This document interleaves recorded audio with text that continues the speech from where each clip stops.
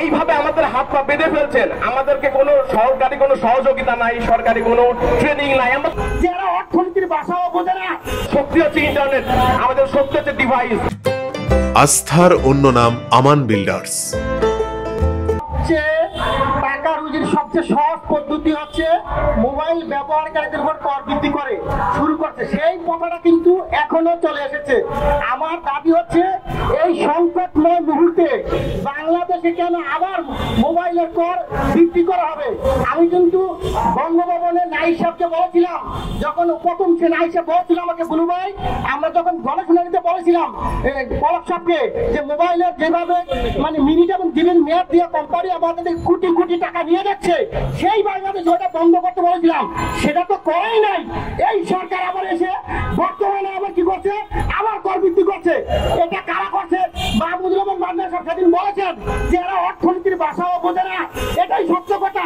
যদি তারা বুঝতো এই অর্থ এই সংকটের মধ্যে এই জনগণের অর্থ মানে এই মানুষের রুচি কিন্তু খুব কষ্ট আছে, সেখানে কর বৃদ্ধি করা এটা একটা মারাত্মক অন্যায় কাজ। ফ্রিল্যান্সার এবং আইটি উদ্যোক্তা আছে। সর্বপ্রথম যখন ইন্টারনেট বন্ধ হয়ে যায়, সব থেকে বেশি যদি সরাসরি আইটিতে মানে ক্ষতিগ্রস্ত হয় আর্থিকভাবে, সেটা হচ্ছে আমাদের মতো ফ্রিল্যান্সার বা আইটি সেক্টরের মানুষ। কিন্তু আবার দেখুন আমাদেরকে ইস্যু করে সাবেক প্রতিমন্ত্রীকে কিন্তু বারবার বলা হয় আপনি ইন্টারনেট কেন বলে দিলেন, কেন বন্ধ করে দিলেন। প্রথম পোষ কিন্তু আমাদের মতো ফ্রিল্যান্সার বা আইটি উদ্যোক্তারা কিন্তু করেছিলেন। আর আজকে আমাদের সাথে 5 মাস হয়ে গেছে, 6 মাস হয়ে গেছে, আমাদের সাথে কিন্তু একটা বার আমরা যারা ফ্রিল্যান্সার ছিলাম আমরা ক্ষতিগ্রস্ত হয়েছি। বা দেশটা তো একজন তো আমাদেরকে ঘাড়ে বন্দুক রেখে ডিজিটাল বাংলাদেশ করে ফেলেছেন, আর একজন তো ঘাড়ে বন্দুক রেখে পলক সাহেবকে আটকাই দিয়েছেন। বাট আমাদের জন্য আপনারা কি করলেন? প্রতিনিয়ত আমরা কিন্তু আমাদের কি কি সুযোগ সুবিধা 6 মাস আমাদের সাথে কোনো আমাদের নাইব সাহেব উনি দায়িত্ব নিয়েছেন, আমাদের সাথে কিন্তু কেউ বসেনি।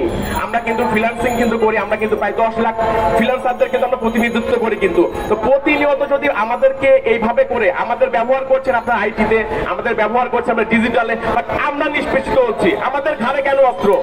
তো আমি বলতে চাই যে আমাদের বিষয়গুলো নিয়ে, ইন্টারনেটের বিষয়গুলো নিয়ে, কারণ আমরা ফ্রিল্যান্সার তো বোঝেন যে আমরা ফ্রিডম। তো আমরা 5 আগস্টের আগেই কিন্তু আমরা কারণ 9টা 5টা জব করবো না বিধায় আমরা ফ্রিল্যান্সার।